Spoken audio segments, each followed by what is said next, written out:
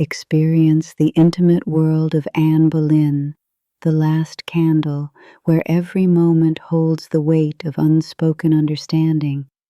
In this peaceful journey through time, you'll discover the quiet dignity of people living their daily lives, unaware of how their small gestures reveal the depths of human experience. The evening light moved across the stone floor of Anne's chamber, with the slow deliberation of water finding its course. She sat by the narrow window, her hands folded in her lap, watching how the Thames below caught the last gold of the day and held it. The candles had been lit throughout the chamber, their flames creating pools of warm gold that danced across the stone walls in patterns that shifted like living things. Anne sat at the small table, the simple meal spread before her on pewter plates that caught the light and threw it back in gentle gleams. The bread, torn into pieces, revealed its pale interior, and she found herself studying the texture with an attention she had never paid to food before. Each morsel seemed to contain multitudes, the grain and yeast and water, transformed into sustenance through processes as ancient and mysterious as life itself. Lady Kingston sat across from her, eating her own portion with the quiet dignity that had marked all her actions during these weeks of service.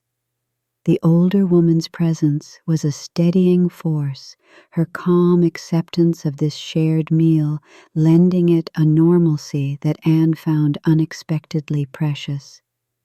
They ate in companionable silence, the soft sounds of chewing and swallowing creating an intimate rhythm that spoke of the basic human need for nourishment, for the simple act of taking life into oneself. There was something almost ceremonial in their shared quiet, as if they were participating in a ritual as old as humanity itself. The ale was sweet on her tongue, slightly warm from sitting near the fire, and Anne found herself savoring each sip as if discovering the taste for the first time. She had drunk from golden cups at banquets where hundreds of guests celebrated her rise to power, but she could not remember ever being so aware of flavor, of the way liquid moved across her palate and down her throat. The ale carried with it hints of honey and herbs, subtle notes that spoke of careful brewing, of hands that had tended to this simple pleasure with the same attention she now brought to drinking it. There was something almost sacred in this attention to the basic act of drinking, as if her body were teaching her lessons about presence that her mind had been too busy to learn. The candlelight created an atmosphere of intimacy that transformed the stark chamber into something approaching warmth. Shadows danced on the walls, and Anne watched them with the fascination of a child, seeing in their movements a kind of silent theater that told stories without words.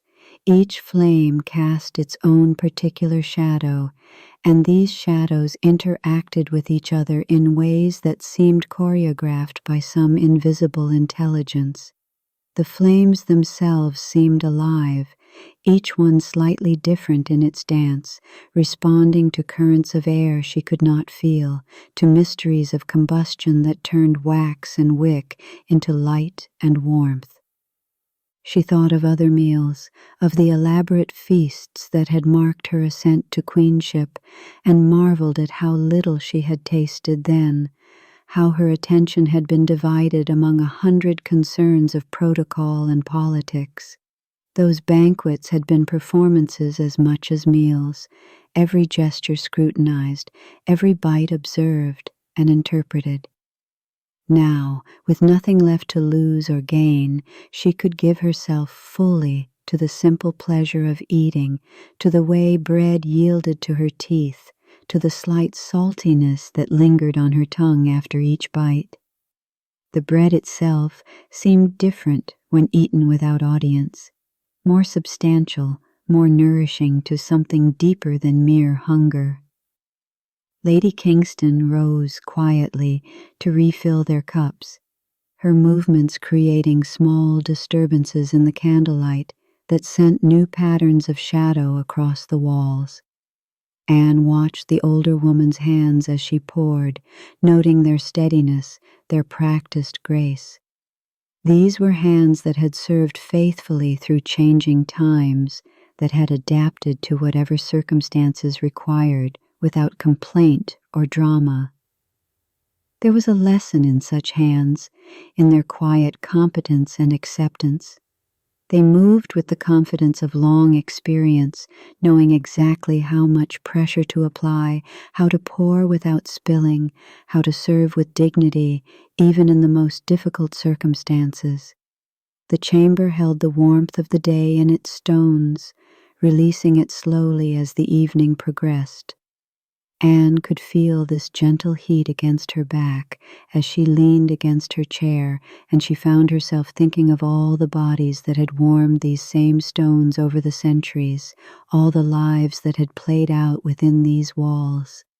She was part of a continuum, a link in a chain of human experience that stretched back through time and would continue long after her own story ended. The stones themselves seemed to pulse with this accumulated warmth, with the memory of all the human hearts that had beaten in this space. The taste of the bread lingered in her mouth, and she found herself thinking not of the elaborate dishes that had graced royal tables, but of simple meals from her childhood, of her mother breaking bread with the same careful attention she now brought to her own eating. There was something profound in this return to simplicity, in the way extremity stripped away everything unnecessary and left only what mattered. The basic fact of being alive, of taking sustenance, of sharing food with another human being in the flickering light of candles. Her mother's hands had moved with the same deliberate care that Lady Kingston showed now, the same respect for the ritual of nourishment. The pewter cups caught the candlelight and held it, creating small pools of reflected flame that seemed to contain entire worlds. Anne found herself staring into these reflections, seeing in them not just light, but possibility, the endless dance of illumination and shadow that marked all human experience. The metal itself seemed warm to the touch, heated by the proximity of flame and the warmth of human hands. There was something comforting in the weight of the cup, in its substantial presence that anchored her to the moment.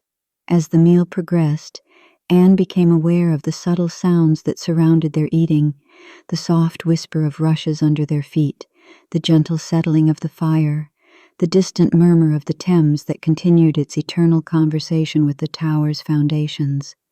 These sounds wove together into a kind of symphony that seemed designed to accompany this simple act of nourishment, creating an atmosphere of peace that made even this stark chamber feel like a place of sanctuary. The candle wax had begun to pool at the base of each holder, creating small sculptures of accumulated time. Anne watched this slow accumulation with fascination, seeing in it a metaphor for the way moments gathered into hours, hours into days, days into the span of a human life. Each drop of wax represented a moment of illumination, a small gift of light and warmth that had served its purpose and now rested, transformed but not destroyed.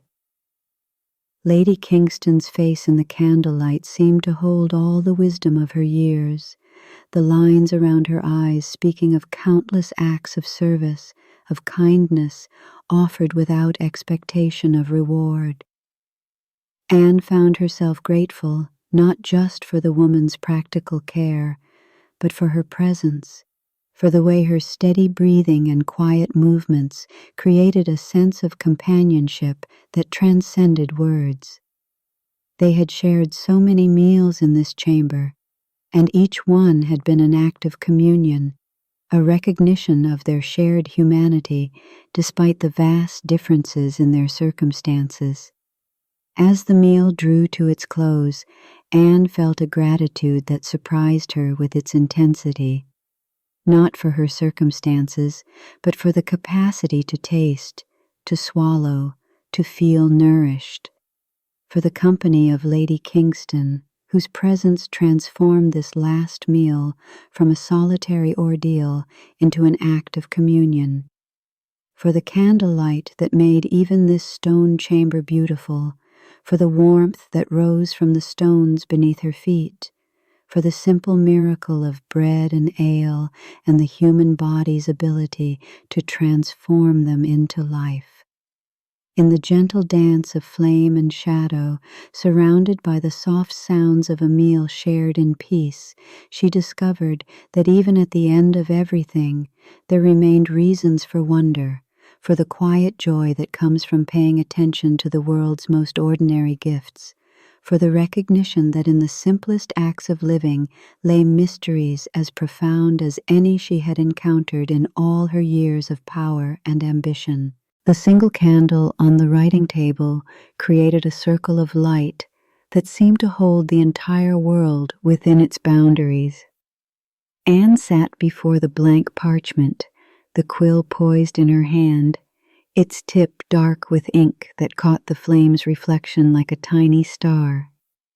The silence in the chamber was profound, broken only by the distant murmur of the Thames and the soft breathing of Lady Kingston, who had withdrawn to the far corner to allow her privacy for this final correspondence that might never be sent. She had written "My dear" at the top of the parchment, and now the words seemed to float there, incomplete and somehow accusatory. My dear what? My dear daughter, who would grow up knowing her mother only through the stories others chose to tell. My dear Henry, who had already moved beyond her into whatever future awaited him. The inadequacy of language struck her with unexpected force, the way words seemed to shrink in the face of what she actually wanted to communicate. Each possibility she considered seemed to diminish the complexity of what she felt, reducing the fullness of her experience to crude approximations that bore little resemblance to the truth of her heart. The ink had dried on the quill's tip, and she dipped it again, watching the way the black liquid clung to the metal, heavy with possibility. But what possibilities remained? She could write of her innocence, but who would believe her? She could write of love, but what meaning could such words carry now? She could write of regret, but which regrets to choose from the multitude that crowded her mind? The candle flame wavered slightly, sending her shadow dancing across the wall like a restless spirit, and in that movement she saw all the versions of herself that had led to this moment: the ambitious young woman who had caught a king's eye, the queen who had defied an empire for love, the prisoner who now sat in candlelight struggling with the poverty of words. The parchment before her seemed to glow in the candlelight, its surface smooth and expectant. She had signed documents on parchment like this, letters that had changed the course of nations, that had brought down ancient institutions and raised up new ones. Now she could not find words for even the most basic human needs: the desire to be understood, to be remembered with kindness, to leave behind something more than the bitter taste of scandal and failure. The very blankness of the parchment seemed to mock her former eloquence, the ease with which she had once commanded language to serve her purposes. Lady Kingston's presence in the corner was a comfort, the older woman's steady breathing a reminder that she was not entirely alone with her thoughts. The attendant had witnessed so much during these weeks of imprisonment, had seen Anne at her most vulnerable and most dignified.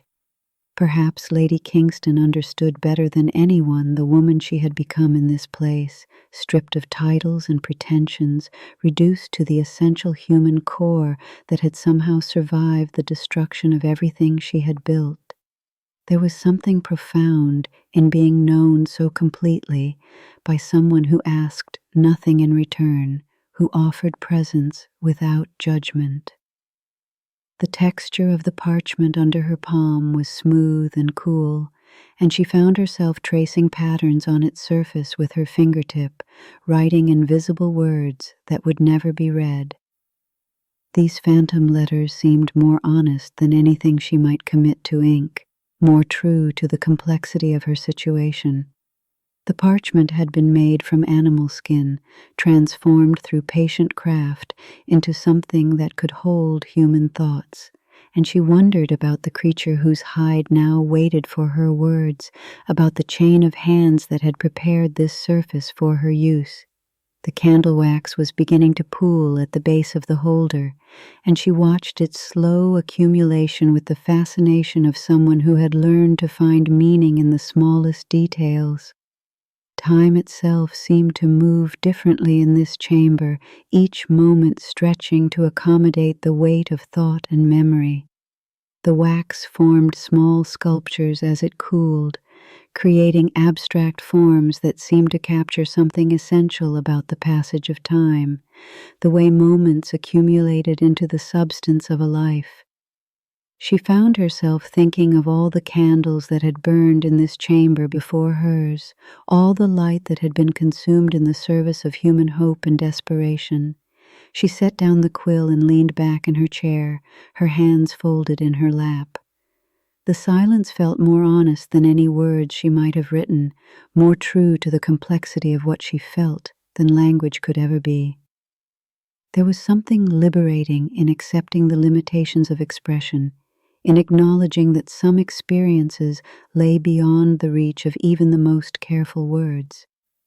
The candle continued its steady burning, indifferent to her struggles with meaning and memory, offering its light without condition or expectation.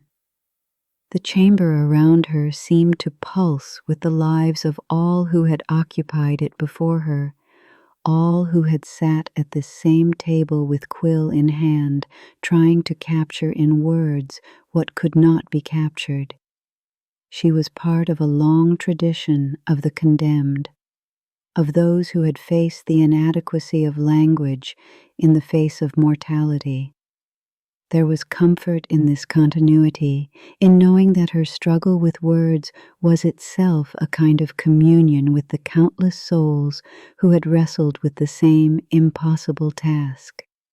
The very table seemed to hold the memory of all those hands that had rested upon it, all those hearts that had poured themselves out in ink and hope. The ink in the well caught the candlelight and threw it back like a dark mirror, and Anne found herself staring into its depths as if seeking answers there. But the ink offered only reflection, the image of her own face wavering in its surface, distorted and strange. She realized that perhaps this was the truest form of correspondence she could manage, not words on parchment, but the simple act of sitting in silence, of being present to the mystery of her own existence in this moment between life and death.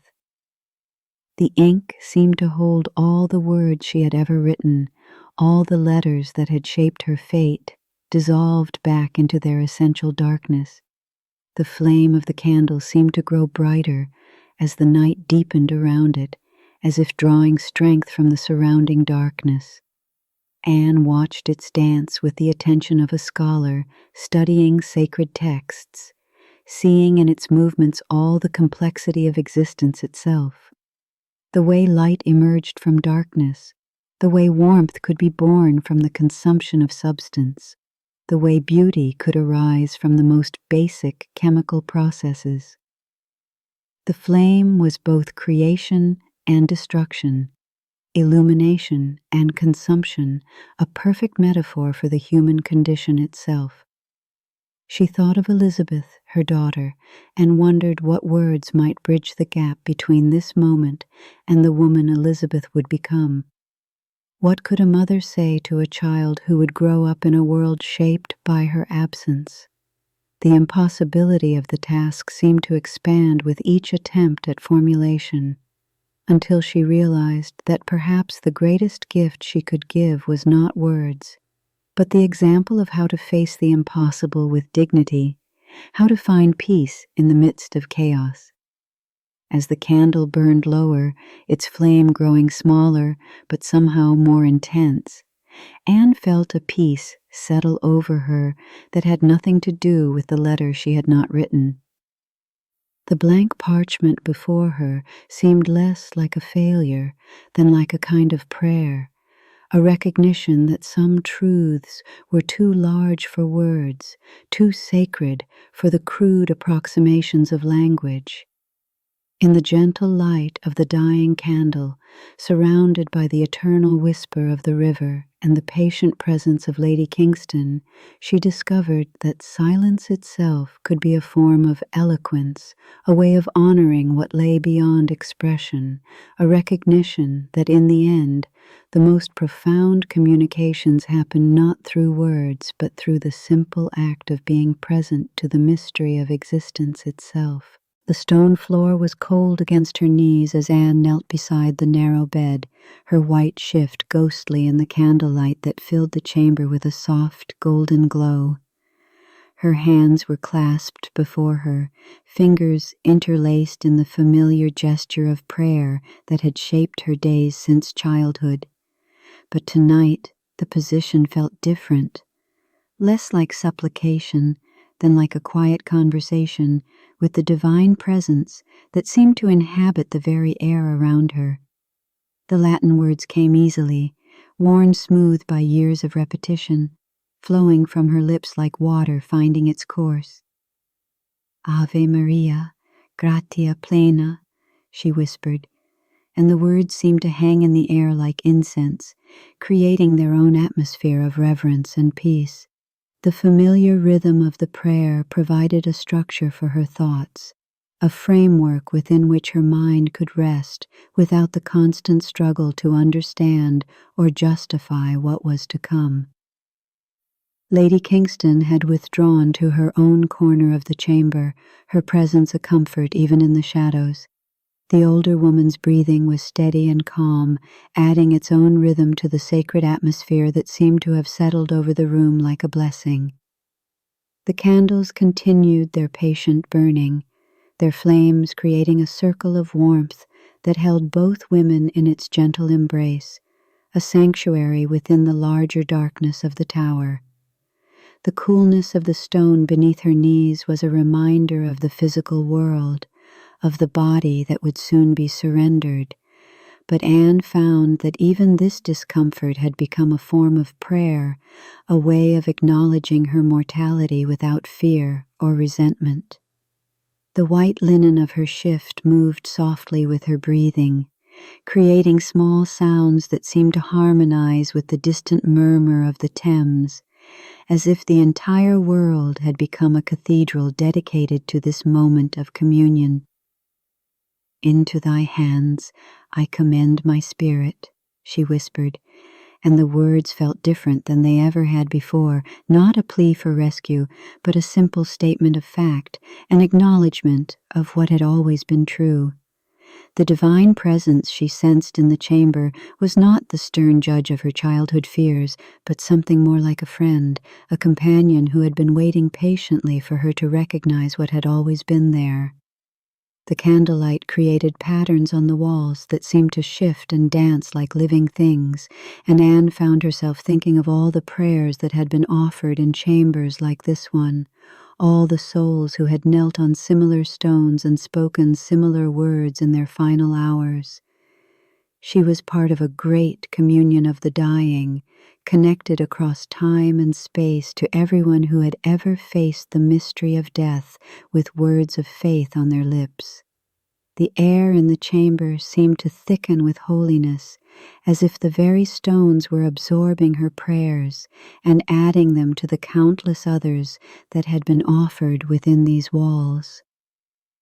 The tower had been a place of death for so many, but it had also been a place of prayer, of final reckonings with the divine that transformed even the darkest corners into sacred space. Anne felt herself becoming part of this larger story, her individual fate absorbed into the greater narrative of human faith and surrender. The words of the Pater Noster flowed from her lips with a naturalness that surprised her, as if she were speaking her native language for the first time in years. "Thy will be done," she said, and meant it in a way she had never been able to mean it before.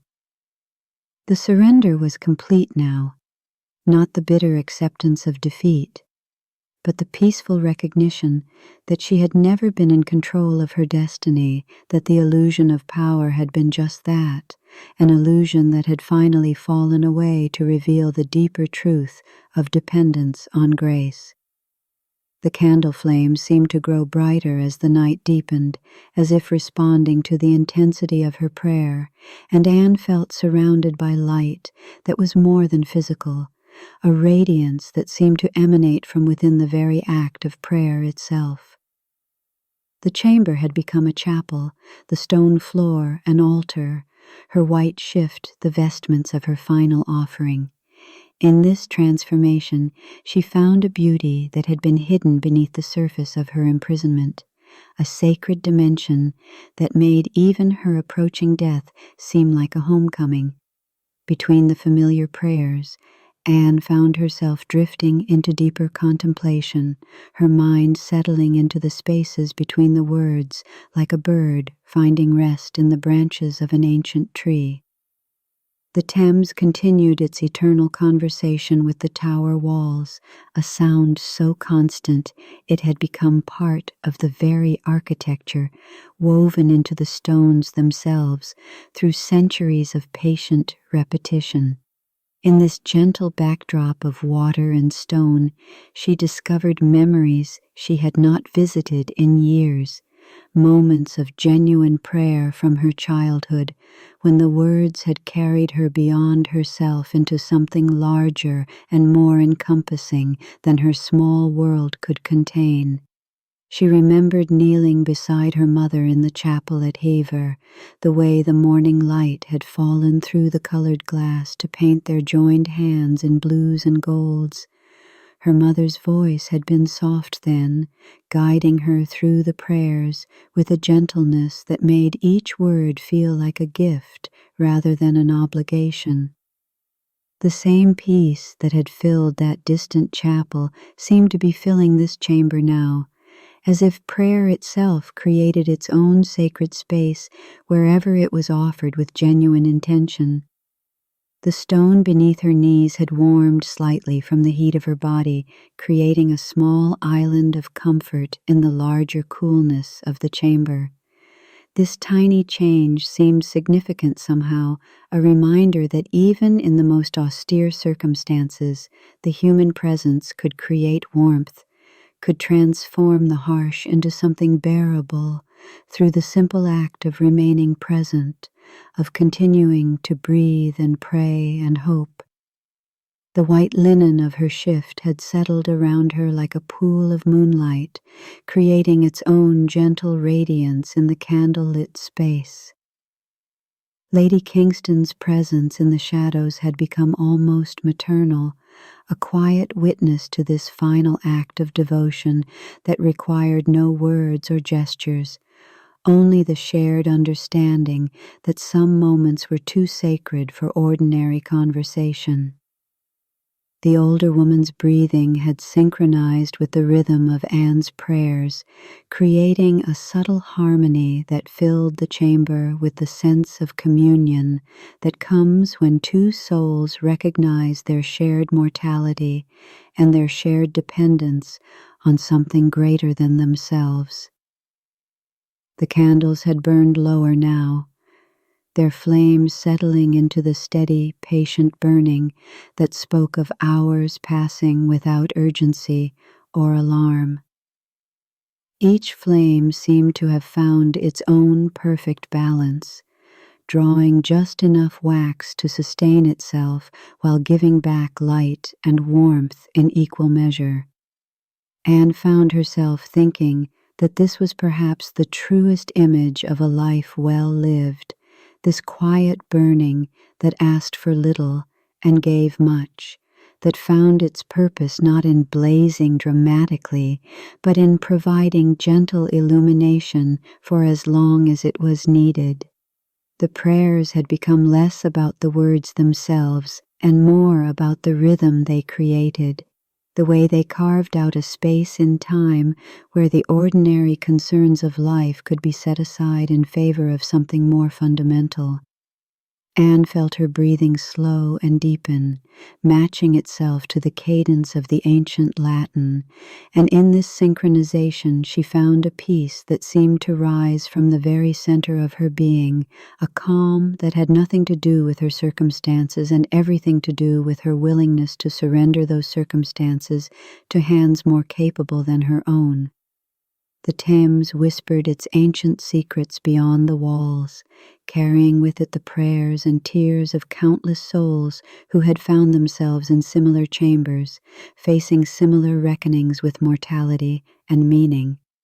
Anne felt herself joining this vast river of human experience, her individual story flowing into the larger narrative of all who had ever knelt in darkness and found light, who had ever faced death and discovered that it was not the end of the conversation but perhaps its deepest beginning. As the prayers drew to their close, Anne remained kneeling in the gentle light, her hands still clasped, her breathing slow and peaceful. The silence that followed her final amen was not empty but full, pregnant with the presence she had invoked and discovered. Lady Kingston's quiet breathing continued from the shadows, a reminder that even in the most solitary moments of prayer, she was not truly alone. The Thames whispered its eternal song beyond the walls, the candles continued their patient burning, and in the heart of the Tower of London, in a chamber that had witnessed so much suffering and fear, a woman found peace in the simple act of commending her spirit to hands larger and more loving than any earthly power could ever be. The darkness in her chamber possessed a weight that seemed to press gently against her skin, a living presence that had settled into every corner of the stone room like water finding its level. Anne lay perfectly still beneath the rough linen sheets, her body positioned with the careful precision of someone who had learned not to disturb the fragile architecture of sleep that surrounded her. Lady Kingston's breathing rose and fell from the pallet near the door, a steady rhythm that had become as familiar as her own heartbeat over these long nights in the tower. The sound carried through the darkness with the reliability of tide against shore, neither urgent nor demanding, simply present in the way that essential things are present without announcement or apology. The stone walls held the coolness of centuries within them, and Anne could feel this ancient chill seeping through the air, touching her face with the gentleness of something that had learned patience through endless repetition. Her pillow, rough against her cheek, carried the faint scent of lavender that someone had thought to provide, a small kindness that spoke of hands that had prepared this space for her final nights. The linen beneath her fingers felt worn smooth by countless other bodies, other nights, other moments of waiting that had played out in this same chamber across the years. Somewhere beyond the narrow window, an owl called from the tower grounds, its voice floating through the darkness with the unhurried quality of something that belonged entirely to the night. The sound came and went like a gentle tide, neither intrusive nor comforting, simply part of the vast tapestry of darkness that had settled over London. Anne found herself listening not to the owl itself, but to the spaces between its calls, the way silence could hold as much meaning as sound, the way emptiness could feel as substantial as presence. In this profound stillness, something began to shift in the landscape of her understanding. It came not as revelation or sudden illumination, but as the gradual recognition of something that had always been there, waiting to be acknowledged. like the slow emergence of familiar objects in a room as eyes adjust to darkness. The truth of herself began to take shape in her consciousness with the inevitability of dawn approaching the horizon. She had spent her life, she realized, in pursuit of something she had never been able to name clearly. Not power, though power had been the currency she had learned to handle with such skill.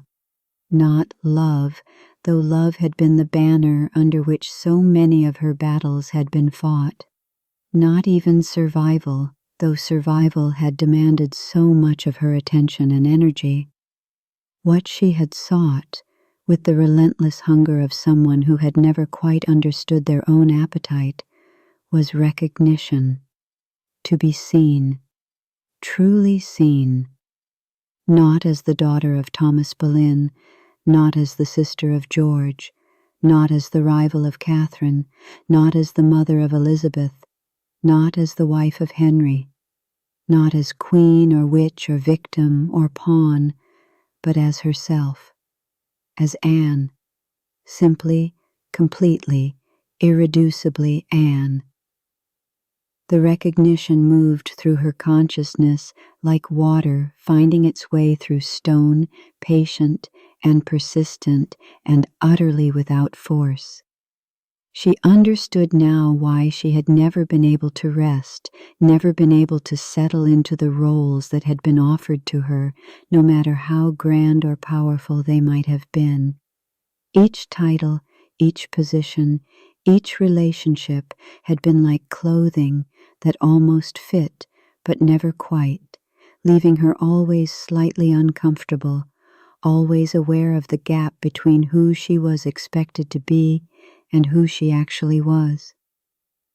Even in her rise to queenship, even in those moments of apparent triumph when all of England had been forced to acknowledge her presence, she had felt the persistent ache of invisibility.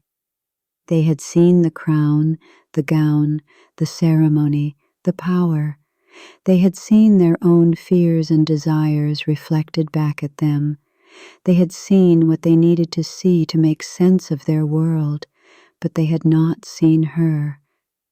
The darkness around her seemed to deepen and soften simultaneously, as if responding to this moment of understanding.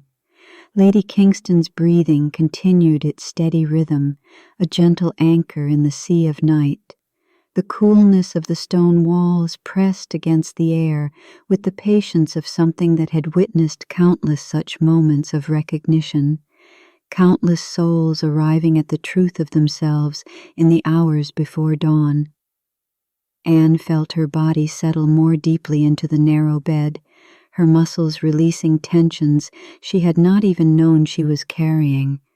The pillow beneath her head seemed to cradle not just her physical form, but something deeper, some essential part of herself that had been held rigid for so long she had forgotten it was capable of softness.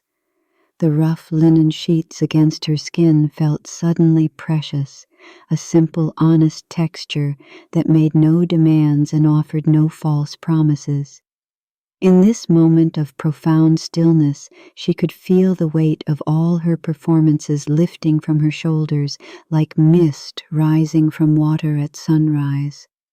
The careful modulation of her voice in council chambers, the precise calculation of each gesture and glance, the constant awareness of who was watching and what they might be thinking, the exhausting work of being always slightly more or slightly less than herself depending on what the moment required. All of it was dissolving in the darkness, leaving behind something she had almost forgotten existed. She realized with a clarity that felt like cool water on fevered skin, enough, simply as she was, without ornament or explanation or justification. The woman lying in this narrow bed, listening to the gentle rhythm of another's breathing, feeling the ancient coolness of stone walls and the honest roughness of linen sheets, was complete, had always been complete. the seeking, the striving, the endless hunger for recognition had been based on a fundamental misunderstanding of what she already possessed. The owl called again from somewhere in the tower grounds, its voice carrying through the darkness with the same unhurried quality as before. But now Anne heard in that sound not loneliness or warning, but a kind of companionship. Another creature moving through the night with its own purposes, its own completeness, its own way of being present in the world without apology or explanation. A curious lightness began to spread through her chest, as if she had been carrying something heavy without realizing it, and had finally set it down. The weight of needing to be understood, to be recognized, to be seen truly by others, was lifting from her like a burden she had grown so accustomed to that she had forgotten it was not part of her natural state. In its place came something she could only describe as spaciousness, a sense of having room to breathe that she had not experienced since childhood. Lady Kingston stirred slightly on her pallet, murmuring something indistinct in her sleep before settling back into her steady rhythm of breathing. The sound was comforting in its humanity, a reminder that even in this place of endings, life continued its simple, essential patterns. Anne felt a wave of gratitude for this woman who had chosen to spend these final nights beside her, offering the gift of presence without judgment or agenda. The darkness seemed to pulse gently around her, alive with the quiet energy of a world at rest. She could feel herself becoming part of this rhythm, her own breathing synchronizing with the larger patterns of night. The stone walls, the narrow window, the rough bedding, the sleeping woman nearby, the distant owl, all of it was woven together into a single fabric of being that included her not as an intruder or a victim, but as a natural and necessary part of the whole. She understood now that this was what she had been seeking all along without knowing it. Not to be seen by others, but to see herself clearly. Not to be recognized by the world, but to recognize her own completeness. Not to be understood by those around her, but to understand that she had never needed their understanding to be whole. The recognition settled into her bones like warmth, spreading through her body with the gentle insistence of sunrise. She was Anne Boleyn, daughter and sister and wife and mother and queen, but beneath all those roles and relationships, she was simply Anne, and Anne was enough, had always been enough, would always be enough, regardless of what tomorrow might bring. In the profound stillness of the tower night, with Lady Kingston's gentle breathing marking the passage of time, and the ancient stones holding their patient vigil around her, Anne Boleyn closed her eyes and felt, for the first time in longer than she could remember, completely at peace with who she was. The parchment lay before her like a field of snow, unmarked and waiting. Anne lifted the quill, its feather still holding the memory of flight, and positioned it above the paper as she had done countless times before. Letters to Henry, to Cromwell, to her father. Words carefully chosen, each sentence a small strategy in the larger game of survival. But tonight, with the candle burning its steady vigil and the Thames whispering its ancient secrets beyond her window, she found her hand moving in patterns that had nothing to do with language. A small circle appeared beneath the quill's tip, perfect in its simplicity. She had not intended to make it, had not thought of circles or their meaning, yet there it was, dark ink on pale paper, complete unto itself.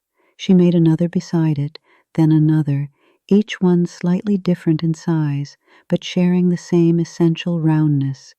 The motion felt familiar, as if her hand remembered something her mind had forgotten, perhaps the way she had traced patterns in the dirt as a child at Haver before letters and words, and the weight of meaning had claimed her fingers.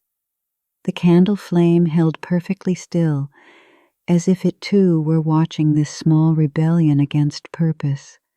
Anne found herself making lines now, straight ones that ran parallel to each other, then others that crossed them at angles. There was no message in these marks, no plea for mercy or declaration of innocence. They were simply marks, existing for their own sake, asking nothing of anyone who might find them. Her breathing had slowed to match the rhythm of her hand. Each mark required its own small breath, its own moment of attention. She discovered that the quill had its own preferences, wanting to move in certain directions, resisting others. When she worked with these preferences rather than against them, the marks flowed more easily, becoming extensions of some deeper rhythm she had never noticed before. The stone walls around her seemed to pulse gently with this new rhythm. Through the narrow window, she could see stars appearing between slow-moving clouds, each one a distant point of light that asked nothing and offered everything. The night air carried the scent of the river, ancient and patient, moving toward the sea with the same steady purpose that now guided her hand across the paper. She made dots now, small and precise, scattered across the paper like seeds waiting for spring. Each dot required a different pressure, a different pause. Some were dark and full, others barely visible, ghost marks that caught the candlelight and disappeared again. She began to see patterns in their placement, not patterns she had planned, but ones that emerged from the conversation between her hand and the paper, between intention and accident. The white shift she wore caught and released the candlelight with each movement of her arm. The fabric was soft against her skin, worn smooth by countless washings, and she realized that it too was a kind of mark-making, threads woven together to create something larger than their individual selves. Everything in this small cell was engaged in the same quiet conversation. The stone walls holding their ancient memories, the wooden table bearing the impressions of other hands, the metal door handle worn smooth by countless touches. Time moved differently when she was not trying to capture it in words. The candle burned lower, but seemed in no hurry to consume itself. The night deepened but without urgency, as if it understood that some things could only happen in darkness, in the space between one day and the next. Anne felt herself settling into this different kind of time, where moments stretched to accommodate whatever needed to happen within them.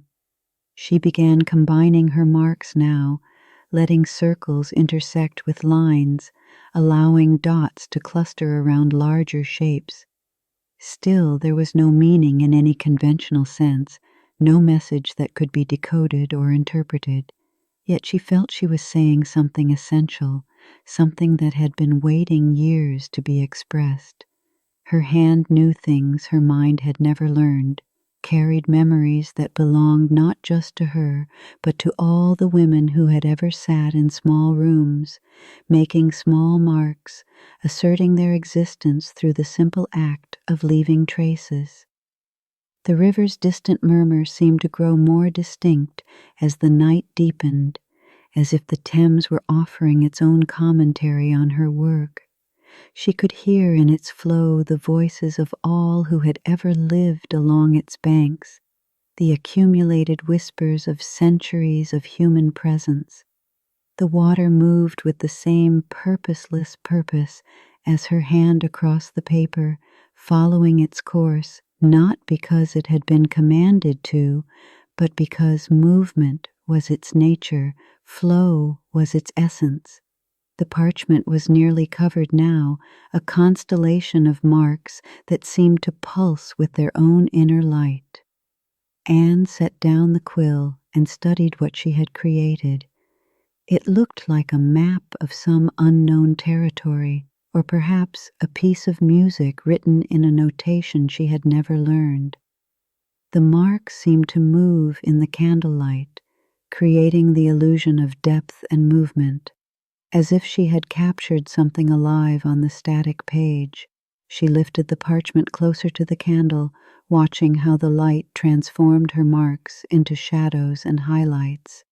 Each circle cast its own small shadow, each line created its own geography of light and dark.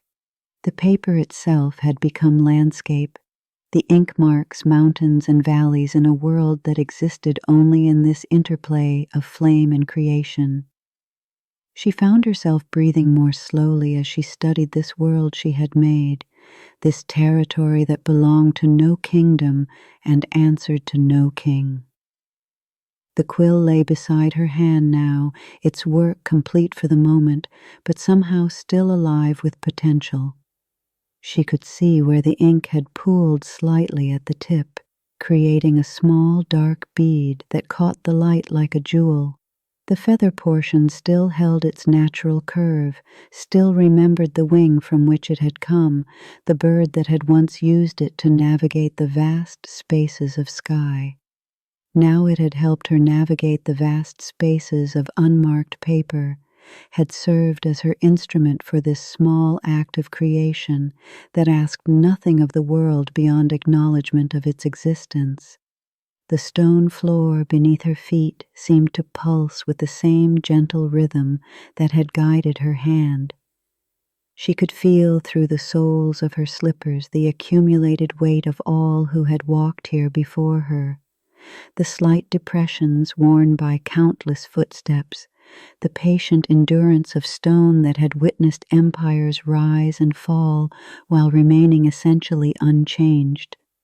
The floor was a kind of parchment, too, marked not with ink, but with the pressure of human presence, written upon by the simple act of people moving through space and time. Her breathing had synchronized with some deeper rhythm now, perhaps the rhythm of the river, perhaps the rhythm of the earth itself turning through space. She felt connected to something larger than her own small life, larger than the drama of her rise and fall, larger than the morning that waited beyond the window. The marks on the parchment were proof that she had participated in this larger rhythm, had added her own small voice to the vast conversation between consciousness and creation that had been going on since the first human hand had made the first mark on the first available surface. The candle flame danced slightly in a draught she could not feel, and the movement sent ripples of light across her marks, animating them into a kind of dance. She watched this dance with the same attention she had once given to the movements of courtiers, but without the need to interpret or strategize or respond. This dance asked nothing of her but witness, offered nothing but the simple beauty of light playing across the evidence of her own creative impulse. She understood now that this was what she had been searching for all along, not the power to shape words into weapons or shields, but the freedom to make marks that belonged only to herself. In all her years of careful correspondence, of letters crafted to please or persuade or protect, she had forgotten that her hand could move without purpose, could create without agenda. These marks asked nothing of Henry, nothing of history, nothing of the dawn that waited beyond her window. They simply were, complete in their purposelessness, perfect in their refusal to mean anything beyond themselves. The night air moved gently through the small window, carrying with it the scent of the river and the distant sound of water lapping against stone. This air had traveled far to reach her, had moved across fields and forests, had been breathed by countless others before arriving at her window. She breathed it in gratefully, feeling it fill her lungs with the essence of the larger world that continued beyond these walls, the world that would continue after she was gone, but which, for this moment, was connected to her through the simple act of breathing. The candle burned on, steady and patient, as Anne sat back in her chair and felt something she had not felt in years, the simple satisfaction of having created something that belonged entirely to her. Tomorrow would bring what it would bring, but tonight she had remembered that beneath all the roles she had played, beneath all the words she had spoken and written, her hand still knew how to move in its own rhythm, still knew how to make marks that mattered not because they communicated, but because they existed, because they were proof that she had been here, in this moment, making something new in the world. The marks on the parchment seemed to shimmer in the candlelight as Anne rose from the wooden table. Her bare feet found the stone floor cool and solid, each step a small declaration of presence. She had spent so many years moving through spaces with purpose, walking to audiences, to meals, to chambers where decisions about her life were made by others. But now, in this small cell with its ancient stones and patient shadows, she found herself moving simply to feel the world beneath her feet. Her fingertips found the wall first, the stone rough and cool against her skin. Each block had been cut and placed by hands she would never know, men who had worked under different kings, under different skies. The mortar between the stones held the memory of its mixing, of the water and lime and sand that had been combined to hold these pieces together. She pressed her palm flat against the surface and felt the wall's solidity, its refusal to yield, its patient endurance through decades of weather and time. The candlelight moved with her, casting her shadow large and then small as she circled the cell's perimeter. She discovered that the stones were not uniform. Some were darker than others, some bore the marks of the tools that had shaped them. One stone, near the corner where the wall met the window, had a small fossil embedded in its surface, the spiral shell of some ancient creature that had lived when this rock was forming beneath a sea that no longer existed.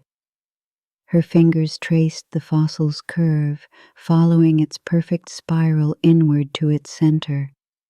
The creature had died millions of years before her birth, yet here it was, sharing this moment with her, its form preserved in stone that had traveled from quarry to wall to witness her final night. The connection felt both vast and intimate. This small evidence of life that had persisted through unimaginable time, now touched by her fingers in the hours before dawn. The wooden table drew her attention next. Its surface bore the accumulated touch of countless hands, worn smooth in some places, marked with small scratches and stains in others. She ran her palms across its surface, feeling the grain of the wood beneath the smoothness. Oak, she thought, though she was not certain how she knew this. Perhaps her fingers recognized something her mind could not name, some quality in the wood that spoke of the tree it had once been. There were initials carved into one corner of the table, letters so worn they were barely visible. Someone had sat here before her, had felt the need to mark their presence in wood that would outlast their flesh. She traced the faint letters with her fingertip, wondering who had carved them and what had become of them. The wood held their story in its fibers, just as it held hers now in the warmth of her palms pressed against its surface. The metal door handle was cold when she touched it, colder than the stone walls, colder than the night air that drifted through the window. But there was something comforting in its coldness, its absolute honesty about what it was. metal that had been heated and shaped and cooled, that had been handled by guards and prisoners, by those who locked doors and those who were locked behind them. Her fingers closed around it, feeling its weight and substance, the way it fit perfectly in her palm, as if it had been made for her hand specifically.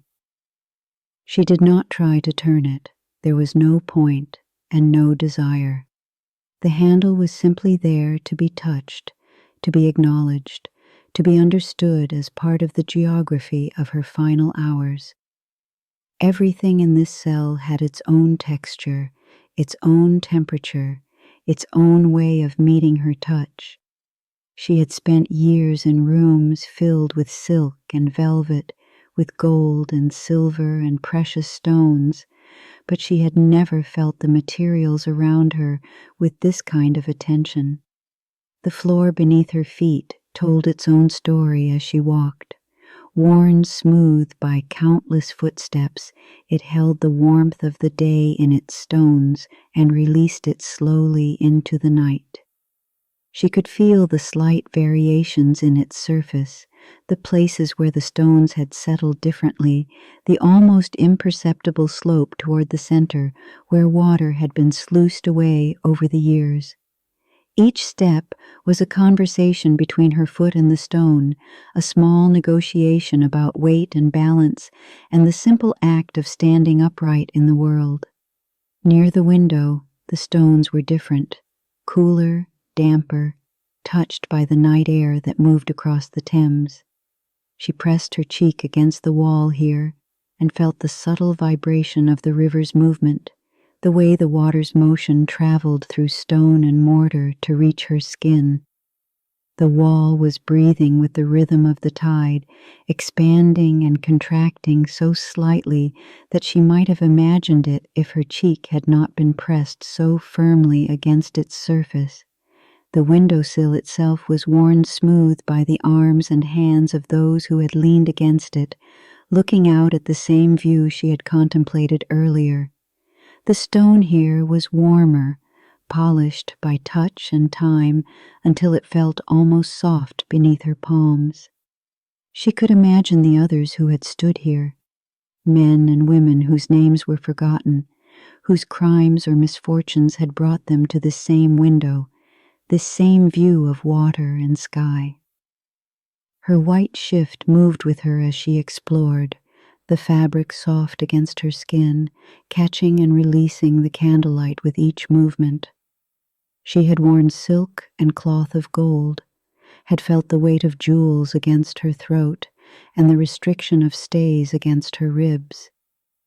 But this simple garment, woven from plain linen, felt more honest against her skin than any of the finery that had marked her rise to power.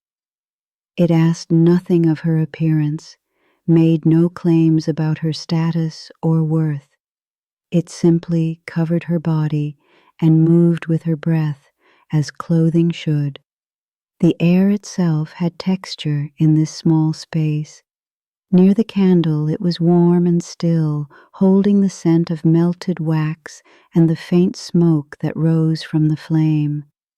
By the window it moved and shifted, carrying the river's moisture and the night's coolness. She walked through these different temperatures and densities, feeling the air against her face and hands, understanding that she was breathing the same air that had filled the lungs of all who had been held here before her. When she completed her circuit of the cell and returned to the table, Anne felt she had traveled a great distance. She had mapped the geography of her confinement with her hands and feet, had learned the texture of her world through touch rather than sight. The cell was no longer just a room where she was held. It was a place she had explored and understood, a space that had revealed its secrets to her patient attention. She sat down again, her palms still holding the memory of stone and wood and metal, her feet still feeling the worn smoothness of the floor. The world was larger than she had remembered, even when that world was reduced to 4 walls and a single door. The chair by the window held her weight with familiar patience as Anne settled into its worn wooden embrace. Through the narrow opening, the Thames moved with its ancient rhythm, and she found her own breathing beginning to match the water's steady flow. In all her years of careful speech and calculated silence, she had never paid attention to this most fundamental act, the simple drawing in and releasing of air that had sustained her through every moment of her life. The breath that entered her lungs now was cool with night air, carrying the scent of the river and the faint salt of the distant sea. She felt it travel down her throat, expand her chest, fill the spaces between her ribs. There was something miraculous in this automatic process that required no thought, no planning, no negotiation with others. Her body knew how to breathe without her permission or instruction, had been breathing since her first moment in the world, and would continue until her last. Each exhalation released warmth into the cell, a small gift of her body's heat to the cool night air. She watched the candle flame respond to these gentle currents, bending slightly with each breath she released, creating a visual rhythm that matched the rhythm in her chest. The flame and her breathing were in conversation, she realized, each responding to the other in an ancient dance between fire and air, between the breath of life and the light that illuminated it. She closed her eyes and felt the breath more deeply. The inhalation was not just air entering her lungs, but life itself flowing into her body, carrying with it everything she needed to continue existing in this moment. The exhalation was not just the release of used air, but a letting go of everything she did not need, a small death that made room for the small birth of the next breath. In this rhythm, she found something that belonged entirely to her, that could not be taken by kings or courts, or the executioner who waited with the dawn. The stone walls around her seemed to breathe with her, expanding slightly with each inhalation, contracting with each exhalation. Perhaps it was the candlelight creating this illusion, or perhaps the ancient stones had absorbed so many last breaths that they had learned to breathe themselves. She felt held by this breathing architecture, supported not just by the chair beneath her, but by the very walls that contained her, as if the entire tower were a great lung expanding and contracting around her. Her breathing had its own wisdom, she discovered. When memories of Henry's anger arose, her breath deepened automatically, drawing in more air to steady her heart. When she thought of Elizabeth sleeping somewhere in the darkness beyond these walls, her breathing softened, became gentle as a lullaby. When fear touched the edges of her consciousness, her breath quickened slightly, then found its own way back to the deeper rhythm that calmed her nervous system without any effort from her conscious mind. The white shift rose and fell with each breath, the linen soft against her skin as it moved with her body's rhythm. She had worn corsets that restricted her breathing, had held her breath in tense moments at court, had spoken words that felt like they were stealing air from her lungs. But now, in this simple garment that moved with her rather than against her, she felt her breathing find its natural pattern, the rhythm that belonged to her body rather than to the roles she had played. Through the window, she could see clouds moving across the stars, their shapes shifting and dissolving in the night sky. They too were breathing, she thought, drawing moisture from the earth, releasing it as rain, participating in the great circulation of water and air that sustained all life. Her own breathing was part of this larger rhythm, connected to the breathing of trees and animals, to the rise and fall of tides, to the slow respiration of the earth itself. The air she breathed had been breathed by others, by her mother, by her daughter, by women she had never met, who had sat in rooms like this one, drawing the same air into their lungs, releasing it transformed by their own life force. She was participating in an ancient exchange, taking in what others had released, releasing what others would take in. The thought was both humbling and comforting. She was not alone in this act of breathing, but part of an endless circulation of life that connected her to every living thing. Time moved differently when measured by breath rather than by clocks or candles. Each inhalation was a small eternity, each exhalation a complete lifetime. She could feel her heart beating in rhythm with her breathing, could sense the blood moving through her veins, carrying oxygen to every part of her body. This was the miracle she had never noticed, the way her body sustained itself moment by moment, breath by breath, without any conscious effort from her. The candle flame continued its gentle dance with her breathing, bending toward her with each exhalation, straightening with each inhalation. The flame was breathing too, in its own way, consuming the wax and wick, transforming solid matter into light and heat, and the faint smoke that rose toward the ceiling. Everything in the cell was breathing, the stones releasing the day's warmth, the wooden table expanding and contracting with changes in humidity, the metal door handle conducting the night's coolness. She opened her eyes and saw the cell transformed by this awareness of breathing. Every surface seemed alive, participating in the great exchange of elements that sustained all existence. The walls breathed with accumulated history, the floor breathed with the weight of countless footsteps, the window breathed with the movement of air between inside and outside. She was not imprisoned in dead stone, but held within a living system that breathed with her, supported her, shared the fundamental act of taking in and letting go. Her own breath had become a prayer without words, a meditation without doctrine. Each inhalation was an acceptance of life, as it was in this moment, each exhalation a release of everything that was not essential. She needed no priest to guide this prayer, no book to teach her its form. Her body knew how to pray through breathing, had been praying this way since her birth, would continue praying until her final breath tomorrow morning. The night air moved through the window with its own breathing rhythm, bringing coolness from the river, carrying away the warmth of the candle and her body. She was part of this circulation now, not fighting it or trying to control it, but simply participating in the ancient exchange between inner and outer, between self and world.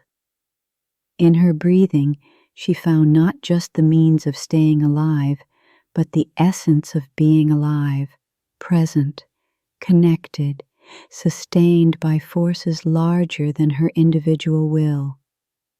As the candle burned lower, casting longer shadows on the walls, Anne felt her breathing settle into its deepest rhythm yet. Each breath was a small miracle of chemistry and physics, of the body's wisdom and the world's generosity. She had been breathing all her life without truly feeling it, but now, in these final hours, she discovered that breath was not just what kept her alive, it was the most intimate conversation she had ever had with existence itself. Cathedral bells distant, contemplative. Anne moved with deliberate care across the stone floor of her cell, each step measured and purposeful, footsteps on stone.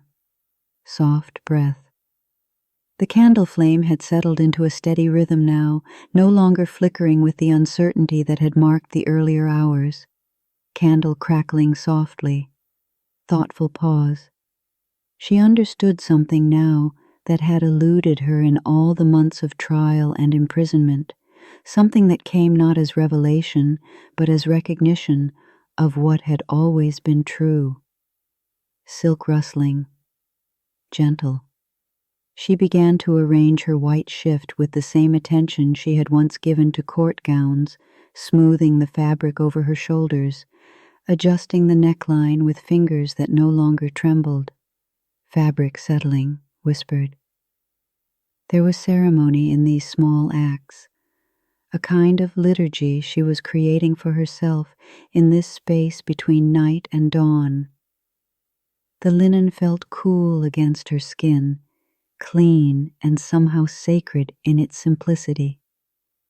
Wind through stone, reflective. The window showed no change yet in the quality of darkness, but she could sense time moving forward with the inexorable patience of tide. Dawn would come whether she willed it or not, whether she fought it or embraced it. Pause. This recognition brought not despair, but a curious lightness, as if she had been carrying a weight she had not known was there until it lifted. Footsteps soft, meditative. She moved to the small table where the candle burned, watching the wax pool in perfect circles around its base. The flame had found its equilibrium now, burning neither too bright nor too dim, simply maintaining itself with quiet persistence. Candle flame steady, soft breath. Like her own spirit, she thought, which had finally found its center after months of wild oscillation between hope and terror. Fabric rustling, peaceful. Anne sat on the edge of the narrow bed, her hands folded in her lap with the composure of a woman at prayer. But she was not praying, not in any way she had been taught. Instead, she was simply being present to this moment, this night, this strange gift of time that had been given to her. Pause. She had spent so many hours fighting what was coming, as if resistance could alter the course of events that had been set in motion long before her trial began. Stone settling, gentle. The walls of the cell no longer pressed in upon her with the weight of confinement. Instead, they seemed to hold her gently, like cupped hands protecting a flame from wind, soft echo, contemplative. She remembered how these same stones had felt when she first arrived, how they had seemed to mock her with their indifference to her rank, her beauty, her claims to innocence. Now she understood that their indifference was not cruelty, but a kind of mercy, offering no false comfort, but also no unnecessary torment. Fabric settling, whispered. She lay back against the rough pillow, positioning herself with the care of someone arranging flowers or setting a table for honored guests. Her hands she placed at her sides, not clasped in prayer, but open, palms upward, as if ready to receive whatever the morning might bring. Pause. There was no morbidity in these preparations, no rehearsal for death, but rather a kind of ceremonial attention to her own dignity. Candle flickering softly, thoughtful. The light caught the pale fabric of her shift, making it seem luminous in the darkness. She thought of all the elaborate gowns she had worn, the cloth of gold and silver, the pearls and precious stones that had adorned her when she was queen, silk memory, gentle. None of those garments had made her more herself than this simple linen did now. In its plainness, she found a truth that had been obscured by all the pageantry of court life. Wind soft, reflective. She could feel her heartbeat, steady and strong, a rhythm that connected her to every moment she had lived and every moment she would not live to see. Pause. The acceptance that filled her now was not resignation, not the collapse of hope, but something far more complex and sustaining. It was the recognition that she could choose how to meet what was coming, that even in powerlessness there remained this essential power of bearing. Stone walls breathing, meditative. The architecture of the tower had been built to contain and to intimidate, but lying here in the steady candlelight, Anne felt herself expand beyond its confines, soft echo, peaceful. Her thoughts moved freely now, not trapped by fear or regret, but flowing like water, finding its natural course. She thought of her daughter Elizabeth, sleeping somewhere in the vast machinery of the realm, and felt not sorrow, but a fierce protectiveness that distance could not diminish, fabric rustling, gentle. She adjusted her position slightly, settling more deeply into the narrow bed. The straw beneath the thin mattress rustled with a sound like autumn leaves, and she found comfort in this small music, straw settling, contemplative. Everything had its own voice, she realized, its own way of marking time and presence. The stones breathed with the rhythm of centuries. The candle whispered with the voice of consumed wax. Even her own body spoke in the quiet language of pulse and breath. Pause. Soft. The terror that had gripped her in the early days of her imprisonment had transformed into something she could barely name. Not peace exactly, for peace suggested the absence of struggle, and she was still very much alive, very much herself. Thoughtful. Rather, it was a kind of grace she had discovered in the act of surrendering not her dignity, but her illusion of control over outcomes beyond her influence. Candle steady, whispered. She remembered the moment earlier in the night when she had felt her mother's presence, not as ghost or vision, but as a quality of understanding that seemed to flow through her blood. Pause. All the women who had come before her, who had faced their own impossible choices with whatever courage they could summon, seemed present in this small cell.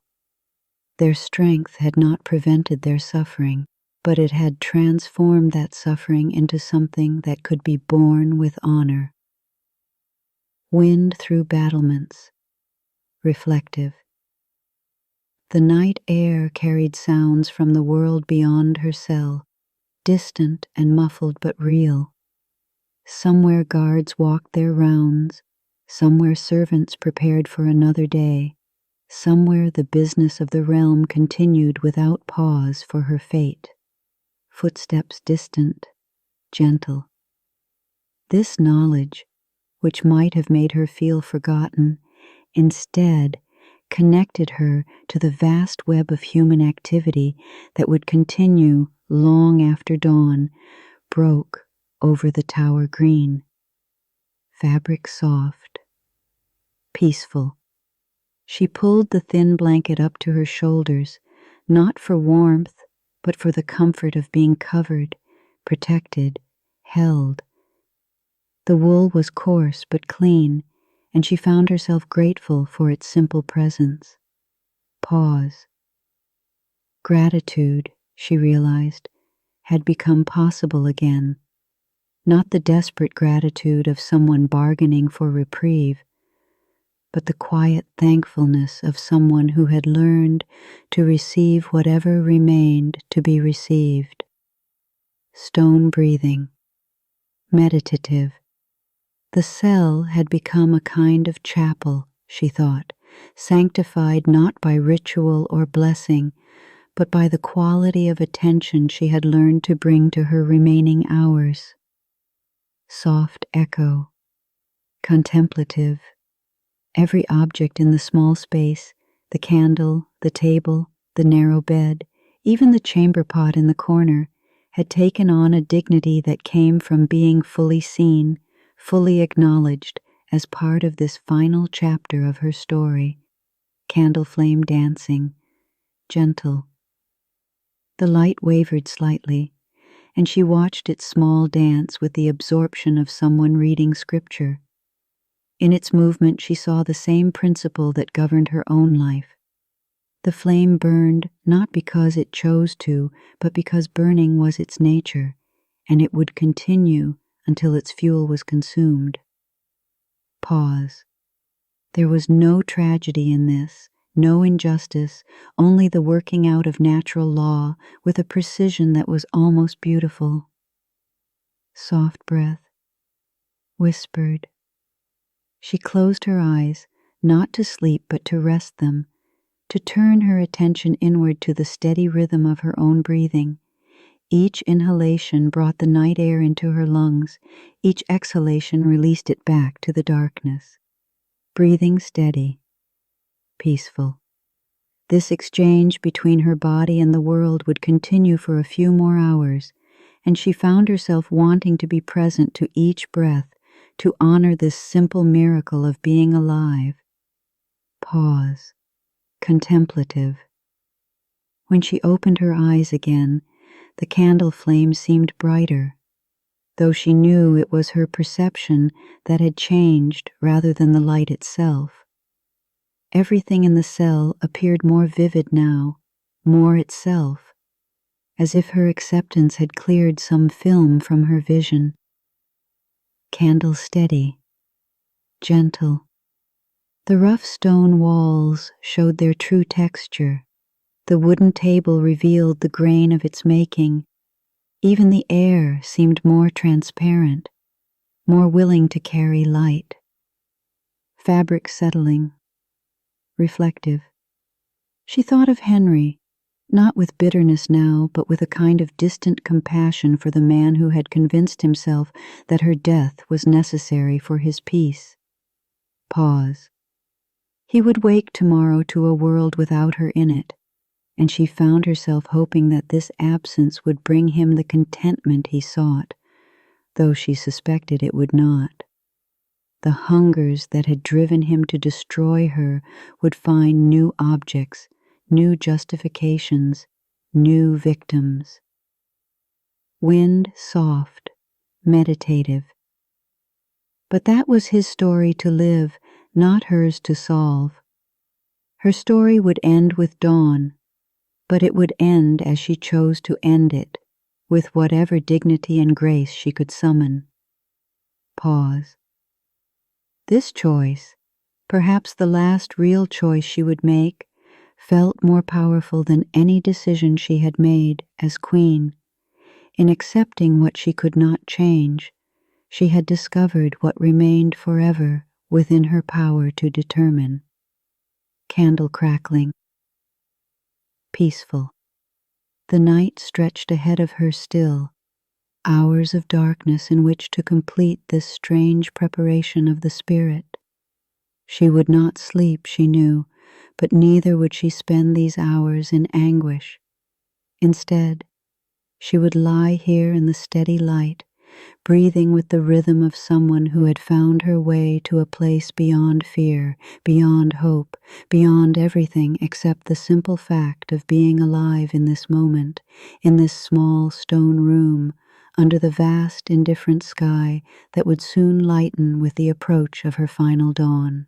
The darkness beyond the narrow window held no answers now, but Anne Boleyn found that she no longer required them. Her hands rested motionless on the stone windowsill, fingers spread against the cold surface that had witnessed centuries of similar vigils. The understanding that had come to her while lying sleepless on the narrow bed had settled into something deeper than resignation, a clarity so complete it felt like coming home to herself after years of exile. She could see now how every choice of her life had been both entirely hers and entirely beyond her control. The decision to catch Henry's eye at court, the careful cultivation of his desire, the refusal to become merely another forgotten mistress, all of it had flowed from her nature as inevitably as water flows downhill. Yet the consequences, The great machinery of politics and religion and masculine pride that had ground her life to this final point had operated according to laws she could name but never influence. The moonlight filtered weakly through the opening, casting the faintest silver line across the stone floor of her cell. She watched this pale geometry with the attention of someone discovering light for the first time. The beam moved almost imperceptibly as the night progressed, marking time in a language older than clocks, older than the tower itself. This silver line connected her to something vast and patient, something that would continue long after tomorrow's dawn brought its predetermined conclusion. The candle flame behind her had found perfect stillness, no longer flickering with the restless energy that had characterized the earlier hours. Its light created a small circle of amber warmth around the wooden table, illuminating the blank parchment and unused quill that waited like faithful servants. The flame's steadiness seemed to mirror her own newfound equilibrium, not the rigid composure she had maintained for her captors, but something more fundamental, a balance achieved through the complete abandonment of struggle. Outside, the Thames moved with its ancient rhythm, a sound so constant it had become part of the silence. She could feel the river's presence beyond the tower walls, carrying its burden of history and commerce and human hope toward the sea. How many others had sat at windows like this one, listening to that same patient flow? How many had found in that sound what she found now? Not comfort exactly, but acknowledgement that some things endure while others pass away, and that both the enduring and the passing serve purposes too large for individual understanding. The stone walls around her seemed to breathe with the night, expanding and contracting almost imperceptibly with the temperature. She had noticed this phenomenon hours ago, but now she understood it differently. The tower itself was alive in its way, shaped by the accumulated weight of all the lives it had contained. Her presence here was just another thread in a tapestry too complex for any single viewer to comprehend, yet each thread remained essential to the whole. The cold air touched her face through the window opening, carrying scents of river and stone and the distant promise of dawn. She breathed it in slowly, tasting the night on her tongue. Even this simple act, the drawing of breath into lungs, the exchange of air that kept her heart beating, belonged entirely to her. No king could command it, no court could judge it, no executioner could claim it before its time. The sovereignty she had sought in marriage and crown had been hers all along in this most basic of freedoms. Her white shift stirred slightly in the draught, the fabric whispering against her skin with a sound like prayer. She had worn this simple garment through her trial, through her sentencing, through the long hours of this final night. It had become a kind of armor, not protecting her from harm, but from the illusion that harm could touch what truly mattered. Beneath the linen, her heart continued its steady work, her blood continued its ancient circulation, her body continued the patient business of being alive. The understanding that had come to her was not dramatic or sudden, but rather like the recognition of something that had always been true, waiting only for the proper conditions to reveal itself. She saw now that every moment of her life, the triumphs and humiliations, the love and hatred, the hope and despair, had been preparing her for this recognition, not preparing her to die, but preparing her to understand what it meant to have lived. The darkness beyond the window no longer seemed vast and threatening, but intimate and familiar. It was the same darkness that had cradled her as a child at Hever Castle, the same darkness that had witnessed her first kiss, her first heartbreak, her first taste of real power. Darkness was not the absence of light, but its complement, the necessary space in which light could define itself. She had spent her life pursuing illumination, but only now, in this place of shadows, had she learned to see clearly. Her body had found its natural stillness, no longer fighting against the constraints of the small cell or the larger constraints of her circumstances. She felt wrapped in an odd warmth despite the cold air, as if the understanding itself generated heat. The trembling that had seized her earlier, the restless pacing and desperate prayers, seemed to belong to someone else, someone she had been but was no longer. The silver line of moonlight had moved perceptibly across the floor, and she found herself grateful for this visible passage of time. Each moment was distinct and complete, requiring nothing from the moments that would follow.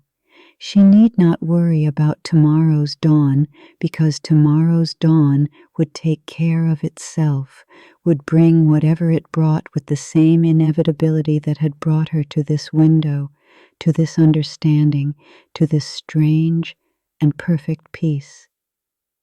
In the distance, so faint she might have imagined it, she heard the sound of footsteps on stone, guards making their rounds, or perhaps just the tower settling into its nighttime rhythms.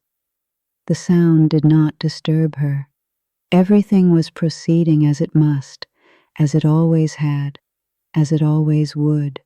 She was part of that procession now, not fighting against it, but moving with it toward whatever waited in the growing light. The Thames continued its eternal conversation with the stone foundations of the tower, a murmur that had accompanied countless vigils like this one. She found herself thinking of all the women who had stood at similar windows throughout the centuries, each believing her story to be unique, each discovering in the end that her particular suffering was part of a larger pattern. This recognition might have brought despair, but instead it brought a curious comfort. She was not alone in this experience of facing the absolute with nothing but her own consciousness as companion. The candle behind her had burned lower, but its flame remained steady, casting the same warm circle of light that had accompanied her through the long hours of this night.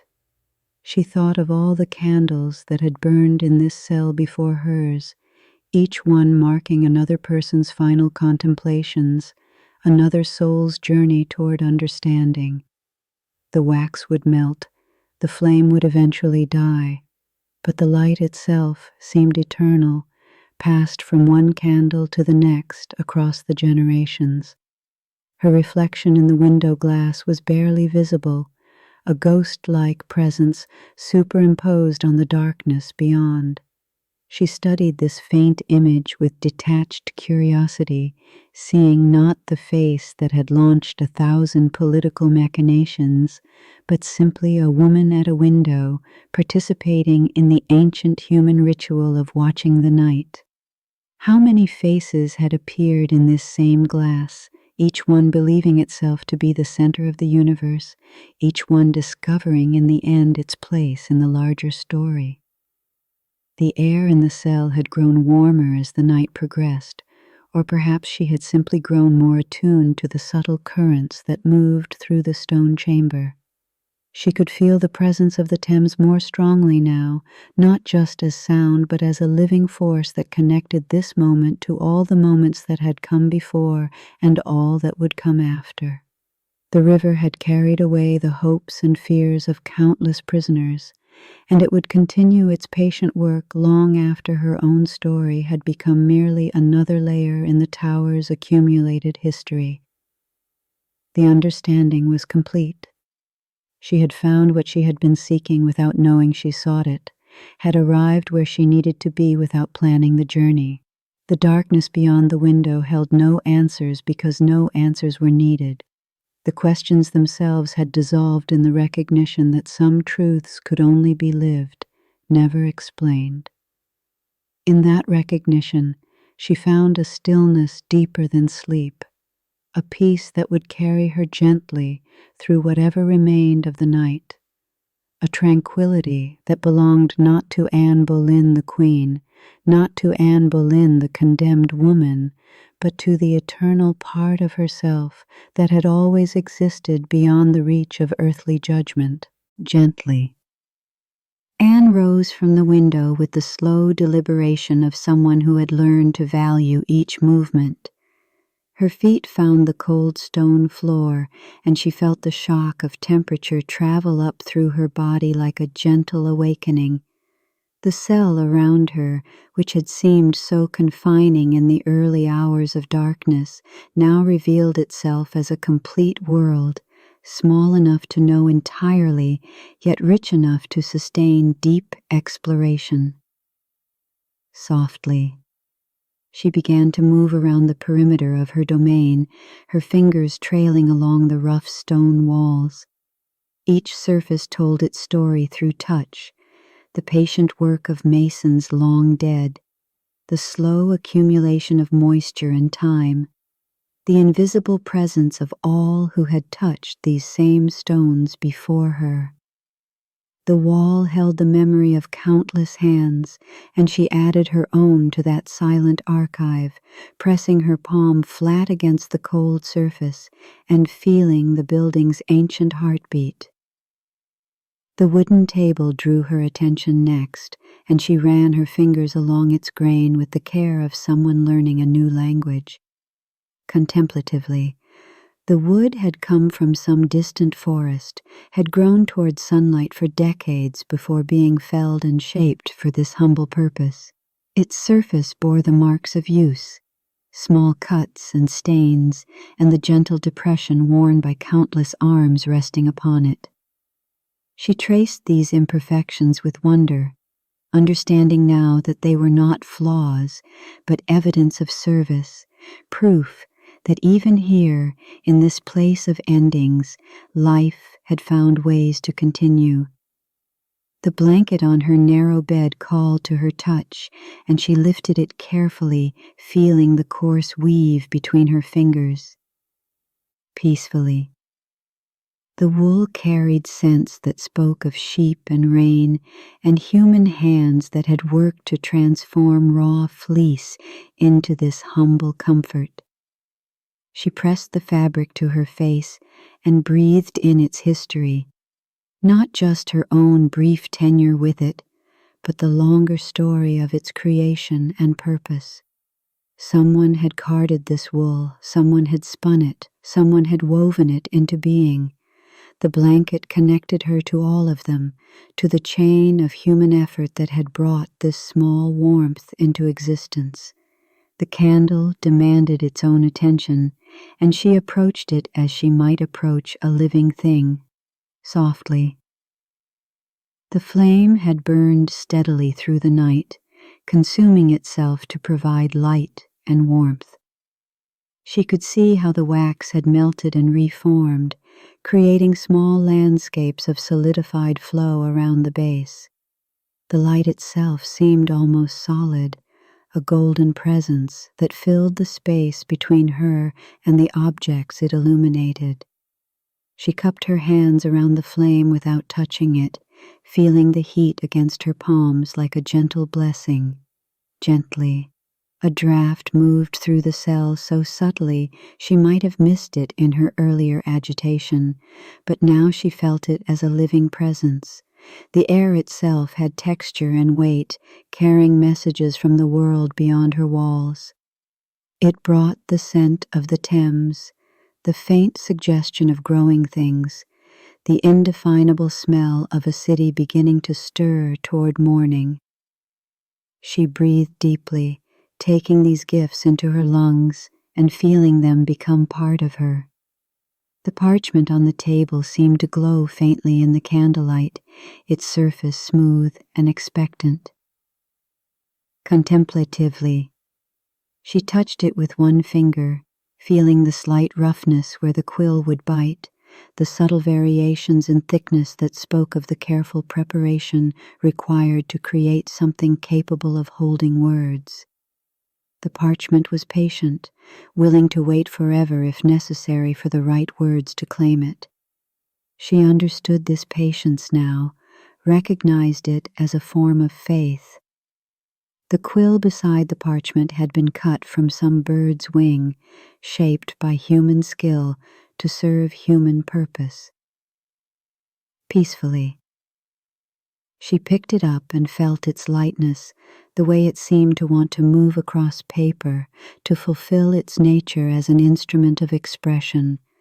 The metal nib caught the candlelight and threw it back in tiny stars. Even this simple tool carried within it the accumulated knowledge of countless scribes and scholars, the long history of human attempts to capture thought in visible form. The stone floor beneath her feet had been worn smooth by centuries of pacing, and she could feel the slight depressions where others had walked their own vigils. Softly, each step she took connected her to this invisible congregation of the confined, the condemned, the hopeful, the despairing. The stones held all their stories without judgment, supporting each footfall with the same patient strength.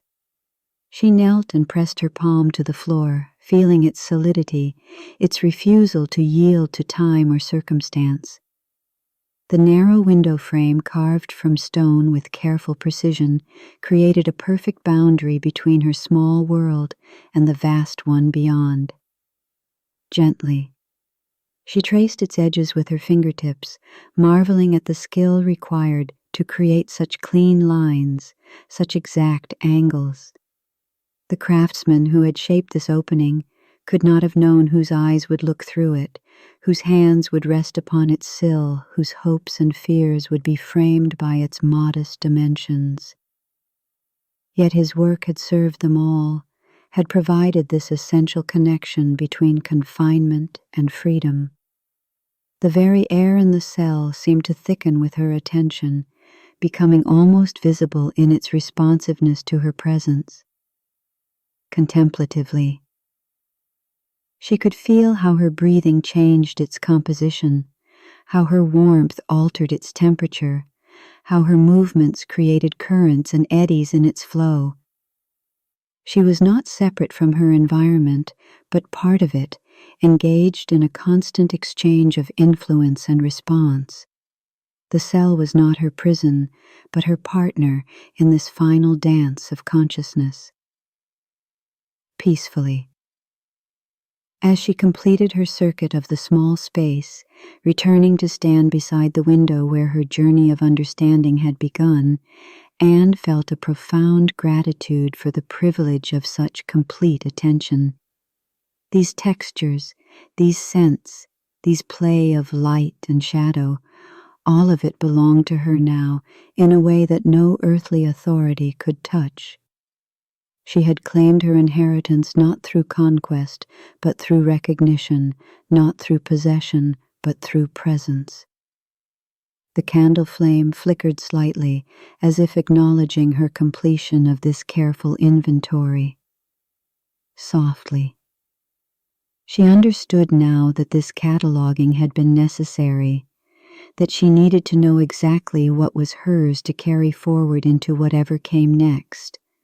Not her titles or her jewels or her place in history, but these moments of pure attention, these instances of complete presence, these small revelations that transformed the ordinary into the sacred, whispered. The first pale suggestion of dawn began to touch the edges of the window, not yet light, but the promise of light. Her night of discovery was drawing toward its close, but she felt no sadness at this approaching end. She had found what she needed to find, had gathered what could be gathered, had prepared herself not for death, but for whatever form existence might take beyond the boundaries of this small room, this failing body, this particular arrangement of flesh and breath and consciousness that had been Anne Boleyn, very softly. The inventory was complete. She knew now exactly what was hers to keep, what belonged to her so completely that no power on earth could take it away, peacefully fading. In that knowledge, she found a wealth beyond any she had imagined possible, a treasure that would endure whatever transformations awaited her in the growing light. Softly, Anne returned to the wooden table with the measured pace of someone who had learned the value of deliberate movement. The parchment waited where she had left it, its surface unmarked but somehow expectant, as if it had been preparing itself through the long night for this moment of purpose. She settled into the simple chair and reached for the quill, her fingers closing around it with a familiarity that surprised her, as if this tool had been shaped specifically for her hand. Gently. The words came without struggle this time, flowing onto the parchment with the ease of water finding its natural course. She was not writing to Henry, though she could feel his presence in the spaces between the lines. She was not writing to Elizabeth, though her daughter's future seemed to hover just beyond the edge of each sentence. She was not writing to history, though she understood that history would eventually claim these words as it claimed everything else. She was writing to the part of herself that would continue beyond tomorrow, the essential core that no executioner's blade could touch. "My dearest self," she began, and immediately felt the rightness of this address. Contemplatively, "I write to you in the hours before dawn, in the space between one life and whatever comes next, to tell you what I have learned in this place of stone and shadow. I write to preserve not the facts of what has happened, but the understanding that has grown from those facts like flowers from soil." The candlelight steadied as she wrote, as if the flame itself was reading over her shoulder. Peacefully, the words appeared on the parchment with a clarity that seemed to come from somewhere beyond her conscious mind.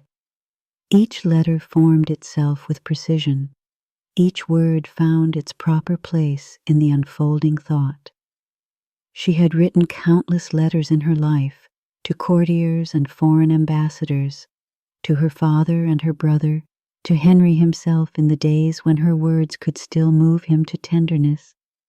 But none of those letters had felt like this. None had carried the weight of absolute truth.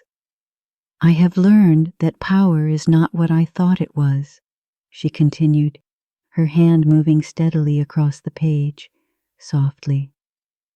"I believed it meant the ability to shape events, to bend others to my will, to secure my place in a world that seemed determined to erase me. But true power, I see now, lies in the recognition of what cannot be controlled and the complete acceptance of what can be.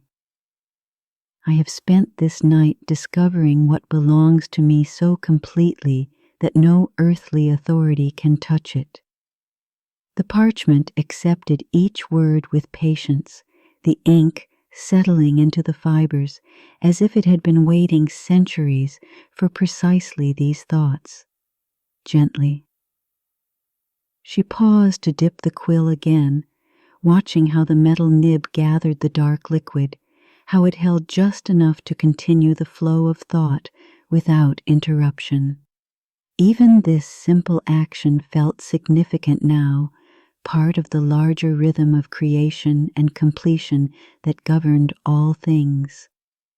"The child I carry in my heart, not Elizabeth, though I love her beyond measure, but the child I once was, full of dreams and certainty, deserves to know that none of it was wasted." Contemplatively, every ambition that seemed to end in disappointment, every hope that appeared to die in betrayal, every moment of joy that felt too brief to matter, all of it has led to this understanding.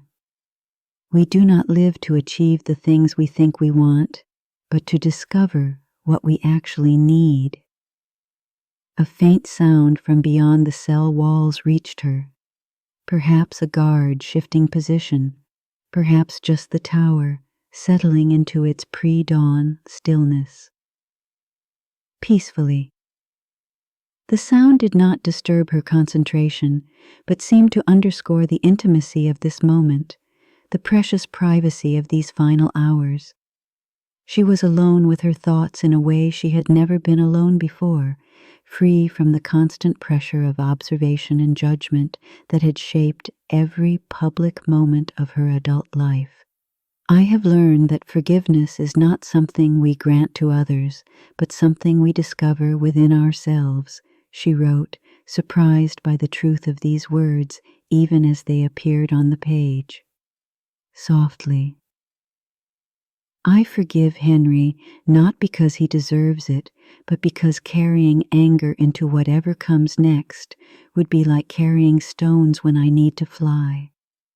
I forgive my enemies not because they were right, but because their wrongness no longer has the power to diminish me. Most difficult of all, I forgive myself for believing that I could control what was always beyond my control. The first pale gold of dawn began to define the window's edges more clearly, and she glanced toward it with something approaching gratitude, gently. The night had given her what she needed: time to understand, space to accept, silence to hear the deeper truths that daylight and activity had always obscured. She was not ready for morning in the sense of wanting more time, but she was prepared for it in the deeper sense of having completed what needed to be completed. When they come for me, she continued writing, I will go with them not as a victim, but as someone who has finally learned the difference between what matters and what merely seems to matter. I will carry with me the memory of your hand moving across this page, the weight of the quill between your fingers, the way the candlelight fell across the words as they took shape. These sensations belong to us completely, and nothing that happens in the morning can diminish their reality. The letter was nearly complete now, and she felt a strange reluctance to finish it, not because she feared what would follow, but because the act of writing had become its own form of prayer, its own way of being present in the moment. Contemplatively, each word had been a small act of creation, each sentence a bridge between the person she had been and the person she was becoming. The parchment beneath her hand felt warm, as if the words themselves generated heat. Remember this night, she concluded, her handwriting growing more deliberate as she approached the end. Peacefully. Remember the understanding that came without being sought, the peace that arrived without being earned, the love that existed without requiring an object. Remember that consciousness itself is the greatest gift, that the ability to know and feel and choose, even when the choices are limited, is a form of freedom no earthly power can revoke. She set the quill aside and read what she had written, feeling the words settle into her mind like seeds finding fertile ground. Softly.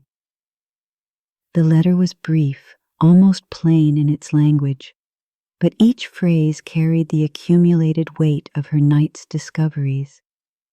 She had not signed it because it needed no signature.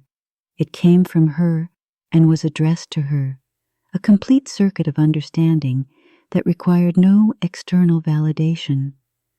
Folding the parchment carefully, she placed it beneath the candle where the wax would hold it secure, gently. The letter would burn with the candle when morning came, but that seemed appropriate. The words had served their purpose in the writing, had created the bridge she needed to cross from confusion to clarity. Their physical survival was unnecessary. Their truth had already taken root in the only place that mattered, whispered. The act of writing had transformed her final preparation from something she endured to something she chose. In giving voice to her understanding, she had made it real in a way that silent thought could never achieve. Very softly. The letter would disappear with the dawn, but the woman who had written it would continue in ways she was only beginning to understand, peacefully fading. In that continuation, she found not consolation, but completion, the final piece of a puzzle she had been solving all her life without knowing its true shape. Softly, Anne moved from the table to kneel beside the narrow bed, her white shift settling around her like fallen snow. But this was not the desperate supplication of her earlier hours, when fear had driven her to her knees in search of divine intervention. This was something altogether different, a conversation with the sacred that required no intermediary, no ritual, no carefully constructed phrases designed to win favor. She had found her way to a form of prayer that was simply presence, simply the offering of her complete attention to whatever force had guided her through this night of understanding. Peacefully, her hands rested open in her lap, no longer clasped in the tight grip of petition, but open to receive whatever came. The position felt natural, as if her body had remembered something her mind had forgotten. That prayer was not about asking, but about listening. Not about demanding, but about accepting. Not about changing the divine will, but about aligning herself with it. The stone floor beneath her knees felt solid and eternal, connecting her to the earth itself and to all who had ever knelt in similar circumstances. I come to you not as a supplicant, but as a daughter returning home. She spoke silently, the words forming in her mind with crystalline clarity, gently. I have spent this night learning what you have been trying to teach me all along, that the kingdom I sought in earthly terms was always available in heavenly ones, that the power I craved through marriage and politics was always mine through simple recognition of my own divine nature. The candle flame behind her had grown smaller, but more concentrated, as if it too was preparing for some final transformation. Contemplatively, its light fell across her shoulders and created a gentle shadow on the wall, not the harsh silhouette of judgment, but something softer, more forgiving. She had become part of the light rather than standing in opposition to it, and this integration felt like the most natural thing in the world. I thank you for the gift of this night, she continued in her silent conversation, softly. I thank you for the understanding that came without being earned, for the peace that arrived without being deserved, for the clarity that emerged from what seemed like the darkest possible circumstances. I see now that what I interpreted as punishment was actually preparation, that what felt like ending was actually beginning. The air in the cell seemed to thicken around her, becoming almost palpable in its responsiveness to her prayer, peacefully. She could feel the presence she addressed not as something distant and judgmental, but as something intimate and immediate, closer to her than her own heartbeat. This was not the God of her childhood catechism, demanding obedience and threatening punishment, but something vast and patient and unconditionally loving, something that had been waiting all her life for her to recognize its constant presence.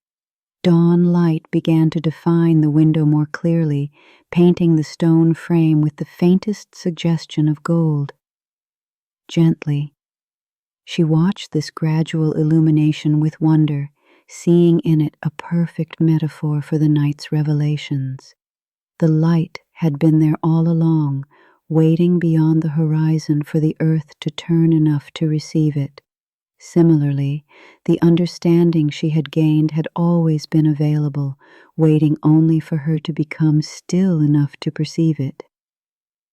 I ask for nothing now, because I see that I have everything I need, she prayed, and felt the truth of these words settle into her bones.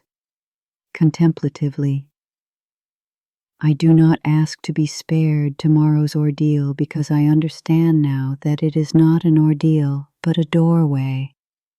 I do not ask for more time because I have learned to inhabit time completely, to extract from each moment its full measure of meaning and beauty. The white fabric of her shift seemed to glow faintly in the growing light, as if she had become part of the dawn herself. Softly, she felt herself dissolving into something larger, not disappearing, but expanding, not ending, but beginning a new form of existence that she could sense, but not yet comprehend. The boundaries between her individual consciousness and the vast consciousness that surrounded her were becoming increasingly porous, and this dissolution felt not like death, but like birth. I forgive all who have brought me to this place, she continued, because I see now that they were instruments of a plan too large for any of them to understand. Henry in his rage, Cromwell in his calculation, the nobles in their fear. All of them were playing parts in a drama whose true purpose was to bring me to this moment of recognition. They could not have known they were serving love even as they acted from hatred. Peacefully, the prayer had become less like speaking and more like breathing, a natural rhythm that connected her to the pulse of creation itself. She could feel her heartbeat synchronizing with something vast and patient, her breath falling into harmony with the eternal rhythm that governed all things. The distinction between herself and the divine presence she addressed was becoming meaningless, not because she was becoming God, but because she was remembering that she had never been separate from God. The sound of the Thames reached her even here, that ancient flow that connected her small cell to the vast world beyond.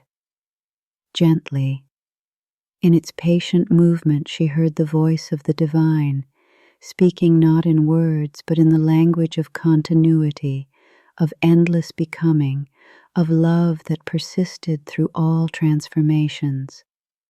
The river had carried away the tears of countless prisoners, had reflected the light of countless dawns, had witnessed the rise and fall of empires and individuals with equal serenity.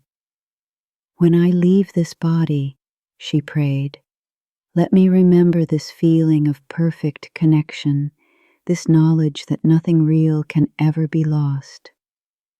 Let me carry with me not the pain of my earthly disappointments, but the joy of having finally understood what it means to be truly alive. Softly, let my death be not an ending, but a translation, not a punishment, but a graduation, not a failure, but the completion of a curriculum I have been studying all my life without knowing its name. The candle flame flickered once, gently, as if acknowledging her words, contemplatively. She felt herself held in a love so vast and patient that it made all earthly affection seem like pale shadows. This was not the conditional love she had sought from Henry, not the strategic love she had offered to others, but something unconditional and eternal, something that had been waiting all her life for her to recognize its presence. I am ready, she whispered, and knew it was true. Peacefully, not ready to die, but ready to live so completely that death became irrelevant, ready to trust so completely that fear became impossible, ready to love so completely that even her executioner would be included in her blessing. The kneeling position no longer felt like submission, but like preparation. Like a runner crouching at the starting line of a race, she finally understood she had been training for all her life. Very softly, the prayer had become silence, but a silence so full it contained all possible words. She remained kneeling as the dawn light grew stronger, feeling herself held in perfect balance between earth and heaven, between time and eternity, between the woman she had been and the spirit she was becoming. Whispered. In that balance, she found not the peace of resignation, but the peace of recognition, not the calm of defeat, but the calm of victory, victory over fear, over hatred, over the illusion of separation that had caused all her earthly suffering. Sleepily, the vigil was complete. She had found what she had come to find, had learned what she had needed to learn, had prepared herself not for death, but for the next stage of an existence that she now understood would continue in forms beyond her current imagination, peacefully fading. In that understanding, she found a joy so deep and quiet that it would carry her gently through whatever remained of the night, whatever awaited her in the growing light, whatever transformations lay beyond the reach of earthly sight. The light came slowly, as if the sun were uncertain about its daily resurrection. Anne stood at the window, her hands pressed against the cold stone of the sill, watching the sky change from deep purple to gray to the faintest suggestion of gold. Peacefully. The city below remained wrapped in shadow, but she could sense it stirring, the gradual awakening of thousands of souls who would live this day while she would not. Behind her, the candle continued its patient burning, though its flame had grown smaller in the past hour. She had not turned to look at it for some time now, content to let it fulfill its purpose without her attention. Gentle wind through stone. The flame cast her shadow long across the floor, a dark twin that moved slightly with her breathing, softly. She thought of all the dawns she had witnessed from windows far grander than this one. From Greenwich, where she had watched the Thames carry barges loaded with goods from distant lands, from Windsor, where the morning mist would rise from the great park like the breath of sleeping giants, from Whitehall, where she had stood as queen and felt the weight of a crown that was never quite hers, never quite secure. But this dawn felt different. Whispers. Not because it was her last, though that truth sat quietly in her chest, like a stone she had learned to carry without strain. Different because she was different. The woman who stood at this window was not the same one who had entered this cell. Something had been stripped away during the night, but something else had been revealed. Distant church bells. The bells of London began their morning chorus, each tower adding its voice to the awakening city. St. Paul's deep and resonant, the smaller parish churches bright and quick, the tower's own chapel joining with its familiar tone. Anne had heard these bells countless times, but now she listened as if hearing them for the first time, each note clear and separate and perfect.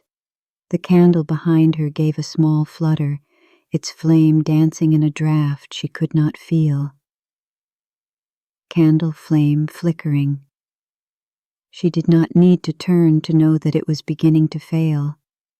The wax had burned low during the night, pooling and hardening in new shapes around the base. Soon there would be nothing left to sustain the flame, and it would die as quietly as it had lived. Peacefully.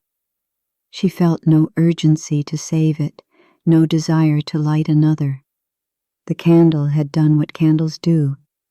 It had held back the darkness for a time, had given her light to see by, warmth to feel. Now the sun was taking up that task, and the candle could rest. The light grew stronger, streaming through the narrow window in a shaft that illuminated dust motes dancing in the air. Gentle warmth. Each tiny particle caught the light and released it, a miniature star in its brief moment of visibility. Anne watched them spiral and drift, appearing and disappearing as they moved in and out of the sunbeam. She thought of her daughter Elizabeth, asleep now in some palace nursery, tended by women who would speak her mother's name in whispers, if at all. The child would grow up with stories, some true, some false, all of them incomplete. Soft breath. But she would grow up. She would have dawns of her own to witness, choices to make, love to give and receive. The thought brought Anne not sorrow, but a deep, quiet satisfaction. Distant sound of footsteps. Somewhere in the tower, footsteps echoed through stone corridors, guards changing shifts, servants beginning their daily tasks, perhaps the executioner himself making his preparations. The machinery of her death was already in motion, had been in motion since the moment Henry decided she was no longer useful to him. But standing here in the growing light, Anne found she could think of that machinery with something approaching detachment. Whispers. It was like watching a play in which she happened to be the central character, but which would continue long after she left the stage. The tower would remain, London would remain, the sun would rise tomorrow and the next day, and for countless days after that, indifferent to the small human drama that would end this morning. The candle gave another flutter, and this time she did turn to look at it. Candle flame guttering. The flame had shrunk to barely more than a blue flicker, fed now by the last pool of wax around the wick. As she watched, it seemed to gather itself, burning briefly brighter before settling back into its diminished state, peacefully. She had been like that candle, she realized, burning bright for a time, casting light and shadow, warming the space around her. But the fuel had run out, and now it was time for the flame to die. There was no tragedy in this, no injustice that mattered in any cosmic sense. It was simply the way of things. The sun climbed higher, and its light began to fill the cell completely, golden light streaming. The gray stones revealed themselves to be not gray at all, but a warm honey color marked with the tools of the masons who had shaped them. The iron bars of the window cast precise shadows on the floor, geometric patterns that would shift and change as the day progressed, though she would not be there to see them. Below her window, the Thames caught the morning light and threw it back in thousands of moving mirrors. Barges and wherries began to appear on the water, their crews calling to each other in voices too distant for her to understand the words, water lapping against stone. The sound of the river reached her, that eternal murmur that had been London's heartbeat for centuries before her birth and would continue for centuries after her death. Soft breath. She pressed her palms flat against the stone sill and leaned forward slightly, feeling the sun warm her face. The sensation was so simple, so immediate, that it seemed to contain everything she had ever needed to know. The stone was solid beneath her hands. The air was cool in her lungs. The light was golden on her skin.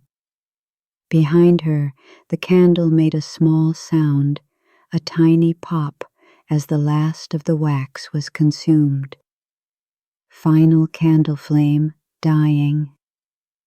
When she turned to look, the wick glowed red for a moment before fading to black. A thin line of smoke rose straight up for a few inches before dispersing into the air. The candle had completed its work. Anne smiled, an expression that surprised her with its genuineness. Whispers. She had expected to feel fear or sadness at this moment, but instead she felt something like gratitude. The candle had been faithful to its nature, burning steadily through the night, asking nothing more than to be allowed to fulfill its purpose. In its own small way, it had been perfect. She turned back to the window, to the growing light and the awakening city. Distant morning sounds. The sounds of London rose to meet her. Cartwheels on cobblestones, dogs barking, the cry of a fishmonger already hawking his wares. Life continuing, as it always did, as it always would. Peacefully. She thought of all the people she had known, all the faces that had smiled at her, or frowned at her, or looked through her as if she were invisible. Thomas Wyatt, with his poet's eyes and his careful words. Her brother George, whose laughter had been the brightest sound of her childhood. Her father, always calculating, always reaching for more. Her mother, who had taught her that a woman must be twice as clever as a man to get half as much. All of them had played their parts in the story that was ending this morning. Some had loved her, some had used her, some had betrayed her, but all of them had been necessary, each thread in the tapestry that had led her to this window, this moment, this strange and unexpected peace. Gentle wind through trees. A breeze stirred the air in the cell, carrying with it the scent of the river and the faint smell of bread baking somewhere in the city. Anne closed her eyes and breathed it in, this mixture of water and grain and human industry that was London's particular perfume. When she opened her eyes again, the sun had climbed high enough to flood the cell completely. Golden light. Every surface glowed with warm light, and the shadows had retreated to the corners where they waited patiently for evening to call them forth again. The place where the candle had stood was marked only by a small pool of hardened wax, white and smooth as marble, soft footsteps approaching. In the distance, she could hear footsteps approaching through the corridors of the tower. They came slowly, without urgency, the steps of men who knew they had time enough for their task. Anne listened without fear, without the desire to run or hide. She was ready. She remained at the window, her hands on the sill, her face turned toward the light. Peacefully. The sun was fully risen now, burning away the last wisps of morning mist and revealing London in all its sprawling, chaotic glory. Somewhere in that vast city, her daughter would wake and ask for her breakfast. Somewhere, Henry was perhaps already awake, planning his next marriage, his next campaign, his next great project. Whispers. And somewhere, in ways she could not imagine, but somehow knew to be true, the story would continue. Not her story, that was ending, but the larger story of which she had been a part. The story of England, of queens and kings, of power gained and lost and gained again. The footsteps grew closer, and Anne heard the jingle of keys, the low murmur of voices.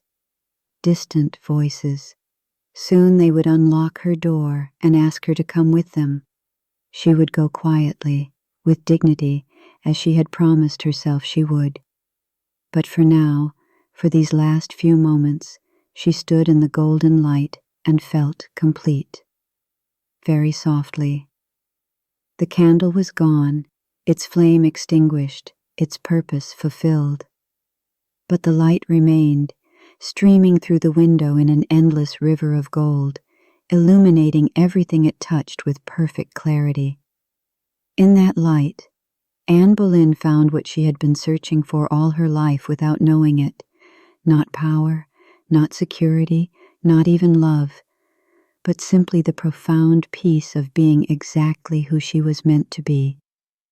Eternal silence beginning. Fading. The footsteps stopped outside her door, and she heard the scrape of the key in the lock. But she did not turn from the window, not yet. The sun would shine today and tomorrow, and for all the tomorrows she would not see. In that continuity, in that endless renewal of light, she found her own small immortality, and it was enough. Join us for more quiet moments from history, where literary storytelling meets peaceful sleep. Subscribe for stories that honor both the art of narrative and the gift of rest.